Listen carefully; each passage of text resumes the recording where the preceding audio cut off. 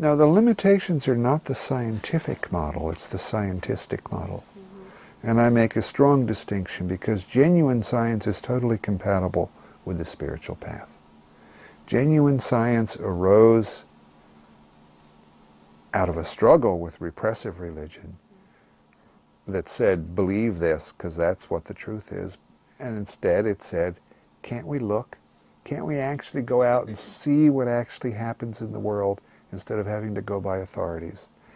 And that's what genuine science is really about, essential science, I call it, where the emphasis is on the data.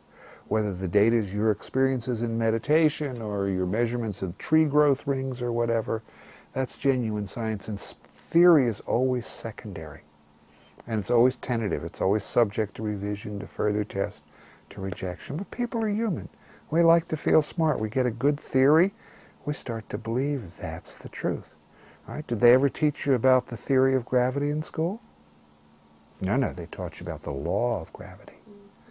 That's a theory about masses inherently attracting each other that works very well, but that has become psychologically ossified and turned into a law with a capital L. That's scientism.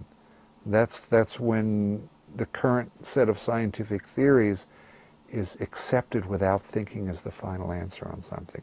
That will always be in conflict with spirituality or with common sense.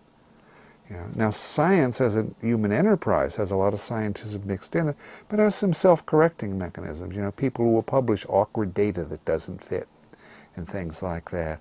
That kind of correction mechanism is not as clear in spirituality, but it needs to be applied. We need an experimental spirituality subject to revision, subject to a feeling that, okay, this is the way we believe the world is based on our deep spiritual experiences, but that is not the holy word of God for all eternity.